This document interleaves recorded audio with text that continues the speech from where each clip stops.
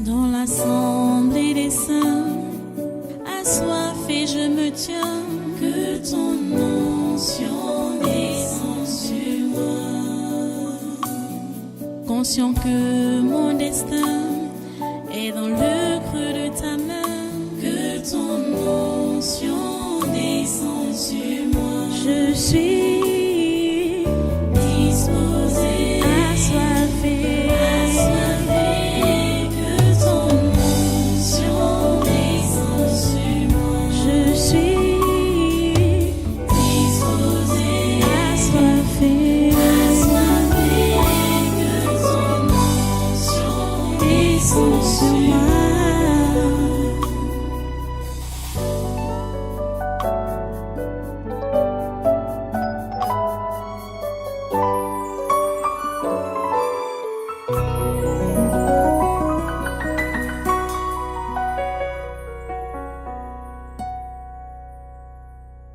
Merci Jésus pour tout ce que tu fais. À toi toute la gloire. Merci pour les ossements de toutes ces prières que nous avons élevées. Merci infiniment. Ok. Tu vas encore rester debout. Et tu vas prendre ta Bible et ouvrir avec moi dans le texte de jeudi passé. On va lire juste le premier verset, puisque vous connaissez déjà le texte et même l'histoire. C'est juste la continuité. Je pense qu'à force de vous enseigner ces choses, beaucoup d'esprits vont s'ouvrir. Et beaucoup parmi vous, vous serez ce que Dieu veut que vous soyez. Allons dans 2 Samuel chapitre 11. 2 Samuel chapitre 11. Verset 1er. L'année suivante, au temps où les rois se mettaient en campagne, David envoya Joab avec ses serviteurs et tout Israël pour détruire les fils d'Ammon et pour assiéger Rabat. Mais David resta à Jérusalem. Prions le Seigneur. Seigneur notre Dieu, nous te remercions pour ta parole de ce jour. Nous savons que tu as un plan pour nos vies. Et nous savons que tu veux bien l'accomplir. S'il te plaît, Seigneur, dispose-nous maintenant pour que nous recevions ton instruction. Parce que tu fais tout par ta parole. Depuis le commencement, tu fais tout par ta parole. Et sans ta parole, tu ne peux rien faire. Là, voici donc que tu vas libérer encore. S'il te plaît, permets qu'elle accomplisse ce que tu as prévu. Permets que ta parole accomplisse ce que tu as prévu dans nos vies, Seigneur. Que ta volonté soit faite dans nos vies. Ô Dieu, nous sommes à toi. Nous voici. Tout ce qui résiste, tout ce qui peut te résister ou qui veut te résister en nous, Seigneur, s'il te plaît, bouscule cela. S'il te plaît, bouscule cela. S'il te plaît, dispose-nous à recevoir ton conseil et à le mettre en pratique. Reçois toute la gloire, ô grand Dieu. Reçois l'adoration, ô grand Dieu. Reçois l'adoration, ô grand Dieu. Alléluia. À toi la gloire. Au nom puissant de Jésus, nous avons prié. Amen. Amen. Ok, prenez place. Vous pouvez vous asseoir. Même comme après le message, nous allons continuer encore avec l'intercession. Une fois de plus, soyez les bienvenus à ce culte, à ce congrès du surnaturel de ce matin, ce dimanche 22 août 2021. C'est la suite du message de jeudi que nous entamons comme ça. Le thème était et est. Tu ne dois jamais rester sans rien faire. Ne reste jamais sans rien faire. Donc ne sois pas oisif. L'oisiveté conduit au péché. C'est ça qu'on a vu. Et c'est ça qu'on revoit encore. Que l'oisiveté conduit au péché. Parce que la Bible dit que l'année suivante, au temps où les rois se mettaient en campagne, David envoya Joab avec ses serviteurs et tout Israël pour détruire les fils d'Ammon et pour assiéger Rabat, mais David resta à Jérusalem. David a choisi l'oisiveté. Pourtant, ce n'était pas un paresseux, c'était un homme de guerre. Et il a décidé de prendre l'air,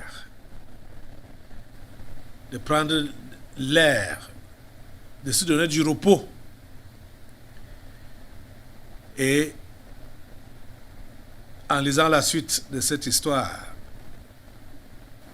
nous comprenons que David est tombé dans le péché de l'adultère avec Bathsheba, la femme de l'un de ces braves hommes, Uri, le Héthien. Ce n'était même pas un juif. Le Héthien, cet Uri-là, ce n'était pas un juif. C'était un Héthien. Mais qui a aimé la nation d'Israël jusqu'à être embauché dans son armée. Et quand vous allez lire l'histoire des hommes qui ont combattu avec David et qui étaient braves, Uri, le mari de cette femme, Bathsheba, en fait partie. Il fait partie des braves hommes. Mais David a décidé de le tuer pour couvrir son péché.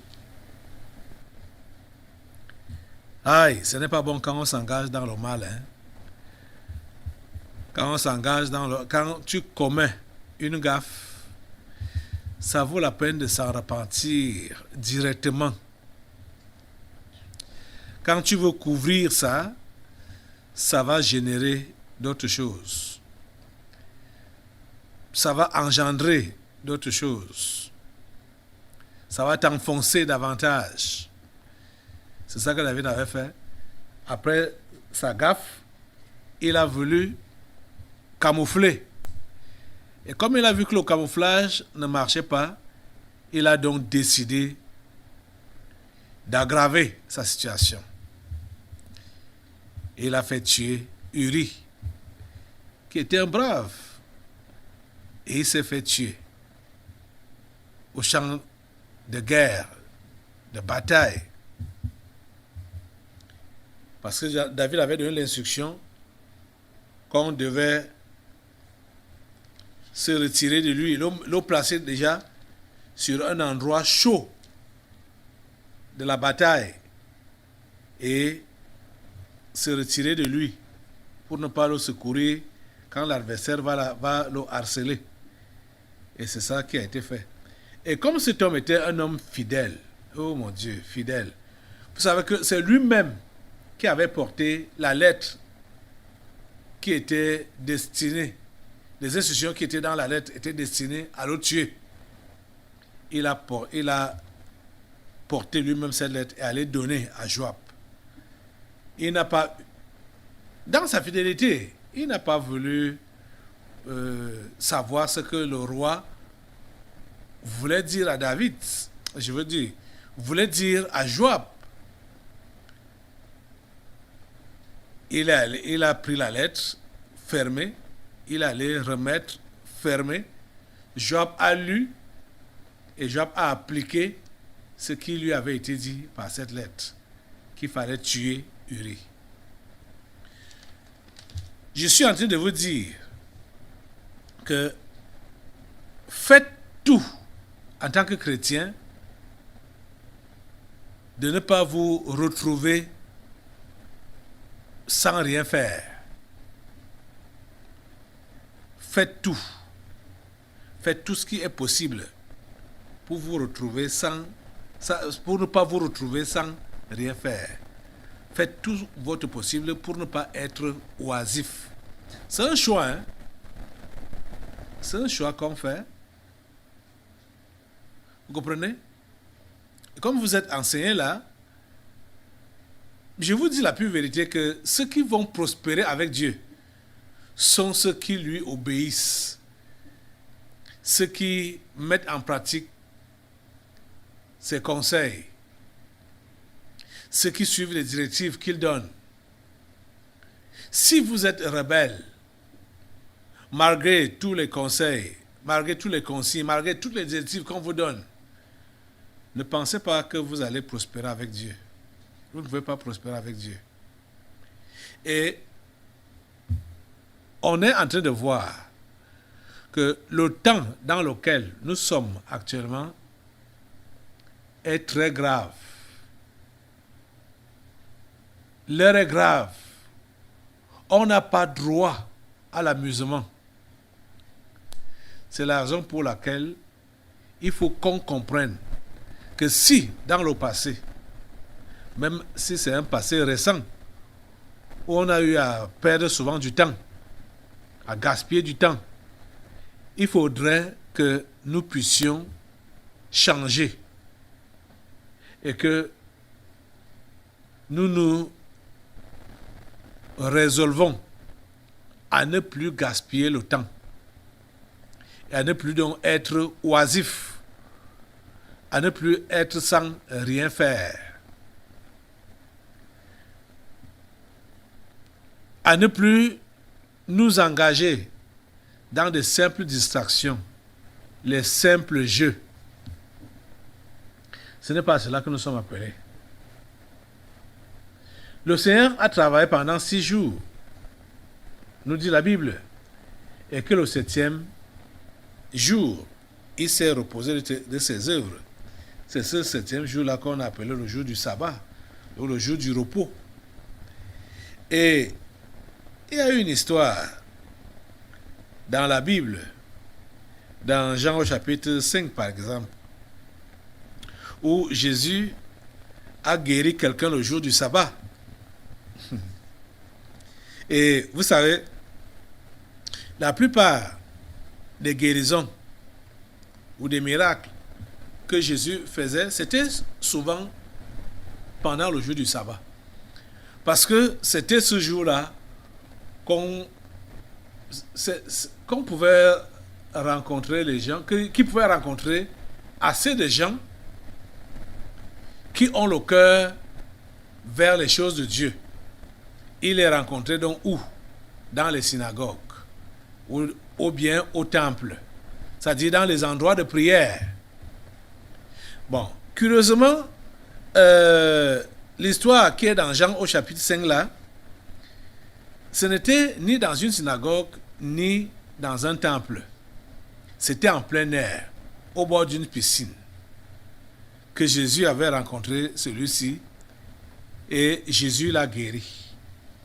Mais c'était le jour du sabbat. Je vais vous lire un peu l'histoire. Jean chapitre 5. Commençons la lecture au verset 1 là.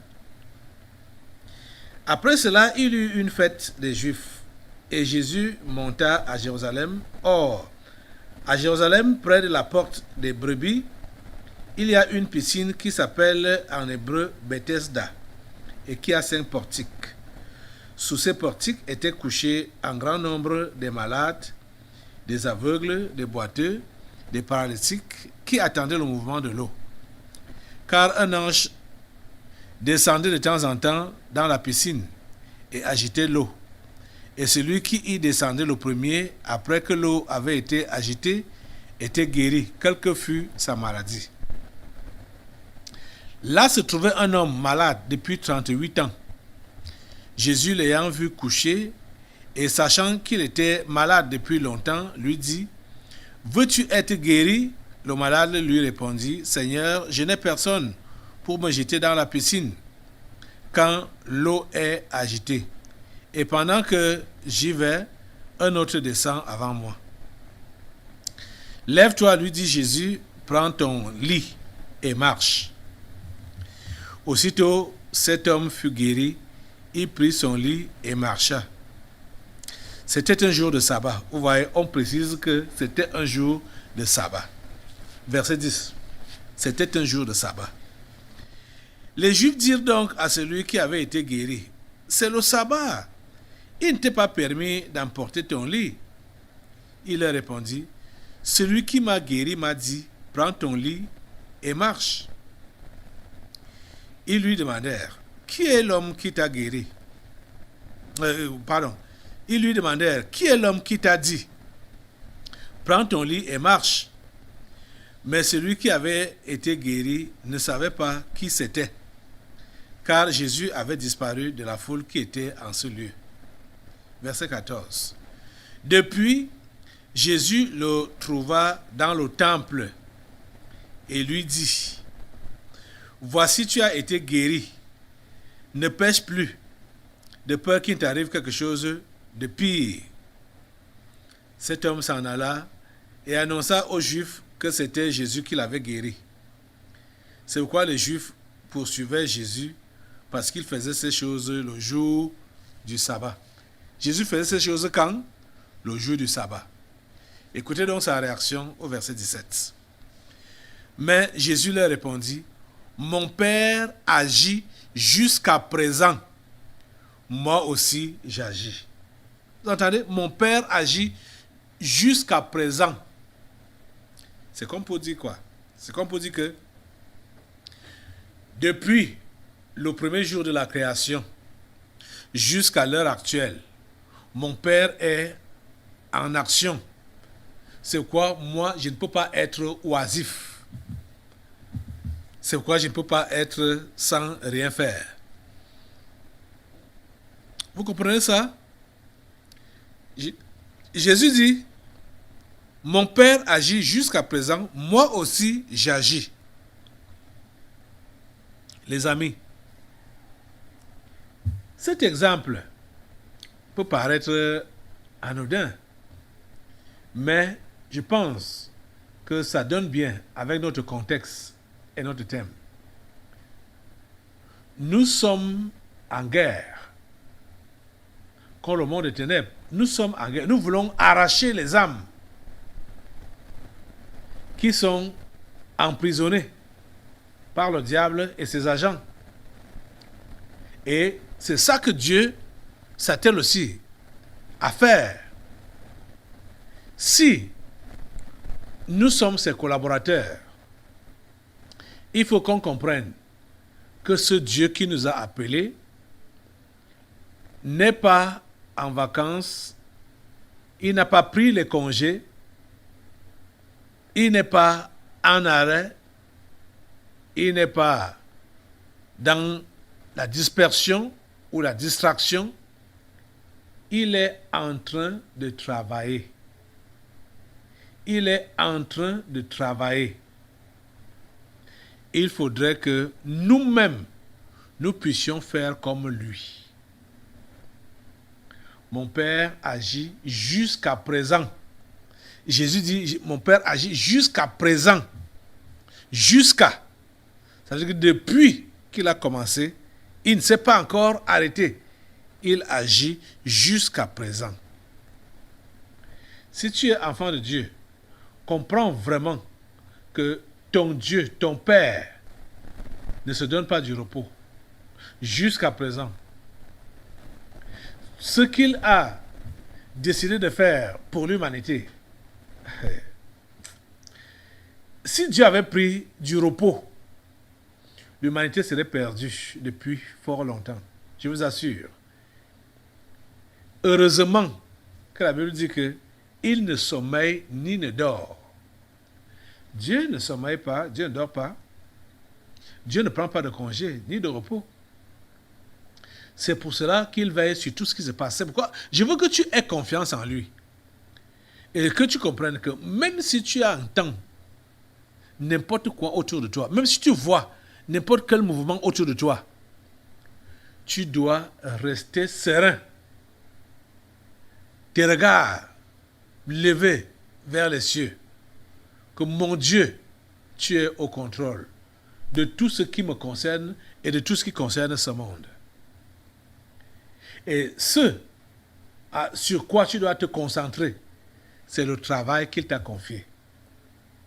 C'est pourquoi tu ne dois pas être donc distrait. C'est pourquoi tu ne dois pas être dans l'oisiveté. Je vous disais jeudi que en dehors du temps que vous avez à passer dans votre service séculier, donc dans votre occupation régulière, le reste du temps, vous devrez consacrer ça pour l'avancement du royaume de Dieu. Je vais même vous dire que si vous vous êtes habitué à être en communion avec Dieu pendant vos occupations, donc pendant que vous travaillez, vous êtes en communion avec Dieu, cela va vous empêcher d'être dans le désœuvrement quand vous n'avez rien à faire. Vous comprenez ça? Donc, il faut que vous compreniez que vous pouvez être en train de travailler et vous communiez en même temps avec Dieu. Vous causez avec lui. Vous intercédez. Vous pouvez le faire. Et c'est ça même. C'est ce genre d'habitude-là. Cette mentalité-là. Que tu dis pas que voilà, bon, je vais faire. Maintenant, là, c'est le travail. Bon, le travail. Dieu reste donc d'abord de côté. Non. Tu ne mets pas Dieu de côté pendant que tu travailles. Si tu mets Dieu de côté pendant que tu travailles, quand tu vas cesser de travailler, Dieu sera toujours à côté. Il va rester toujours à côté. Donc, pendant même que tu travailles, tu dois être en communion avec Dieu. Cela va permettre que, en quittant ton travail ou en arrêtant au niveau de ton travail, tu continues donc à communier avec lui. C'est la raison pour laquelle Dieu nous a donné son esprit pour nous faciliter les choses en quelque sorte. L'Esprit Saint de Dieu, quand il habite quelqu'un, cet esprit maintient cette personne en contact avec Dieu. Quand la personne s'exerce à cela, parce que cette chrétienté, cette piété, est comme un sport, comme un exercice, d'après ce qu'on a vu pendant le séminaire. Il faut s'entraîner, il faut s'exercer. Donc, Dieu nous a donné son esprit pour nous aider dans notre faiblesse. Parce que dans le domaine de la prière, on ne sait pas prier. Voilà, nous avons passé près de 2 heures de temps maintenant là à prier. Mais, bon, ce n'est pas les arguments qu'on élève à Dieu qui comptent, mais c'est quand on prie avec son esprit. Et je peux vous dire que il arrive que tu dises, quand tu dis, tu soupires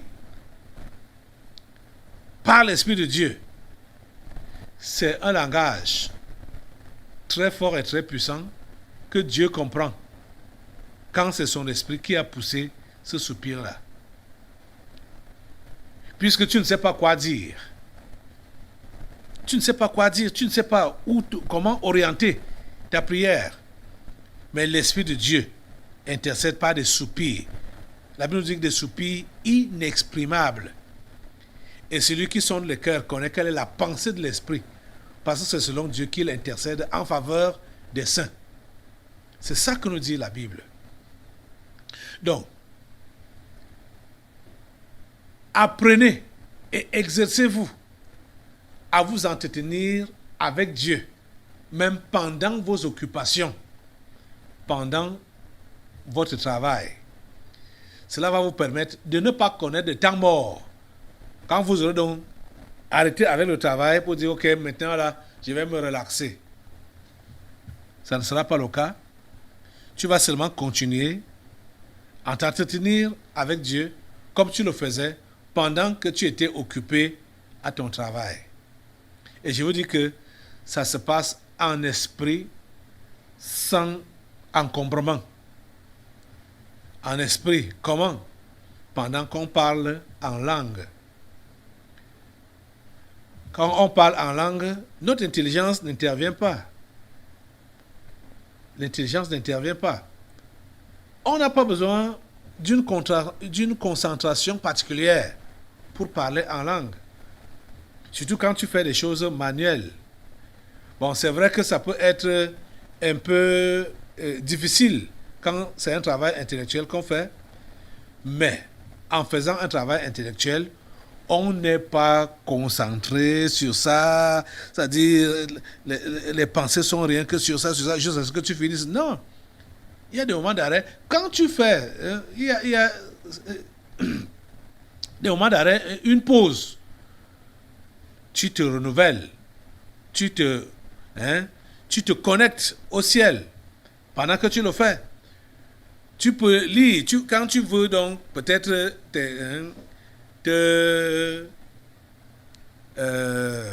soit t'étendre, reprendre les forces. Pendant ce temps-là, tu parles en langue. Tu parles en langue. Tu communiques avec Dieu.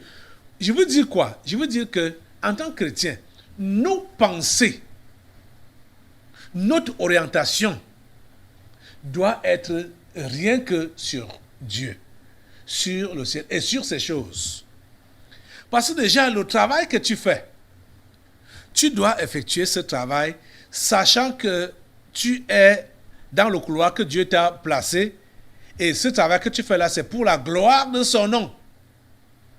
Mais vous allez donc voir que ceux-là qui travaillent comme des esclaves, ils ne peuvent pas glorifier Dieu dans ce qu'ils font. Jamais. C'est la raison pour laquelle ils vont mal travailler. Et c'est pourquoi ils vont travailler avec négligence. Et la Bible dit, maudit soit celui qui fait avec négligence l'œuvre de l'Éternel. Vous comprenez ça? Donc, si ce que tu fais, je ne sais pas ce que tu fais, tu es babysitter, tu es enseignant, tu es commerçant, tu es enseignant, tu es médecin, tout ce que tu fais comme travail, comme occupation, en tant que chrétien, tu dois comprendre que tu sers Dieu au travers de ce service-là. Tu es cultivateur, tu es un technicien en bâtiment, n'importe quoi. Ça dit, dans ton occupation que tu fais là, comprends que tu sers Dieu dans cette occupation-là. Donc, c'est ça que je vous disais, j'ai dit, que Dieu regarde d'abord les gens qui sont laborieux, travailleurs, qui aiment leur travail et qui font leur travail avec dévotion. C'est eux que Dieu choisit pour faire son travail à lui. Donc, si déjà, au niveau de ton travail séculier, tu es négligent, tu es paresseux, tu n'aimes pas, tu murmures, tu n'aimes pas, c'est difficile, c'est presque impossible que tu puisses réellement dire que tu pourrais servir Dieu un de ces jours. Donc, tes prières, ou même soit tes évangélisations, tes intercessions, tout ce que tu peux prétendre faire là, au nom de Dieu, quand tu n'aimes pas le travail ton travail séculier, tu n'aimes pas ça, ou tu es paresseux, tu es négligent dans ce travail-là, ce n'est pas celui de Dieu que tu pourras bien faire. Je vous le redis. Ce n'est pas celui de Dieu que tu pourras bien faire. Parce que déjà, parlant même de l'amour pour Dieu, la Bible nous fait comprendre que si tu n'aimes pas ton frère que tu vois, l'homme, l'humain que tu vois, comment pourras-tu aimer Dieu que tu ne vois pas? Alors, si ton gagne-pain, prenons ça, si au niveau de ton gagne-pain, tu n'es pas sérieux au niveau de ton gagne-pain, du travail séculier que tu fais là, si tu n'aimes pas ça, tu fais ça avec un mauvais cœur, tu fais ça malgré toi, hein, comment est-ce que tu peux donc bien faire le travail de Dieu? Le travail de Dieu pour toi, donc, ce sera quoi? Est-ce que vous êtes en train de comprendre un peu? Si tu ne fais pas bien ce qui te donne à manger, comment tu vas donc bien faire ce qui va te garantir la vie éternelle? Ce que tu ne vois même pas, ce que tu ne connais même pas. Hein? Comment tu pourras bien faire ça? En tant que chrétien. Oh mon Dieu. Donc, je veux que tu comprennes que dans tes occupations, tu dois être connecté à Dieu. Tu dois être focalisé sur Dieu. Tu dois savoir que c'est lui que tu sers et tu dois bien faire ce que tu fais. Tu comprends ça? Je vais vous lire quelques passages là. Allons dans Philippiens. Allons un peu dans Philippiens. Philippiens chapitre 4, je crois. Philippiens chapitre 4. Oh Dieu, ta grâce, ta miséricorde. Philippiens chapitre 4.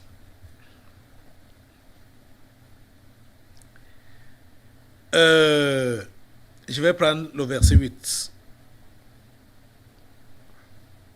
Au reste, frères, que tout ce qui est vrai, tout ce qui est honorable, tout ce qui est juste, tout ce qui est pur, tout ce qui est aimable, tout ce qui mérite l'approbation, ce qui est vertueux et digne de louange, soit l'objet de vos pensées. Donc, pendant que vous êtes occupé dans votre travail séculier, vous devez faire ce travail dans cette attitude. Vous comprenez?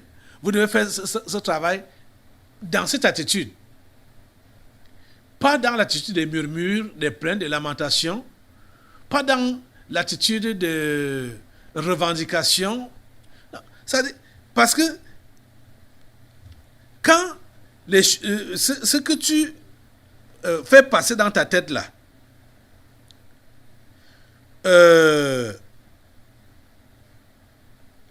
a de la valeur. Ce que tu fais passer dans ta tête là est vrai. Ce que tu fais passer dans ta tête est honorable. Ce que tu fais passer dans ta tête est juste.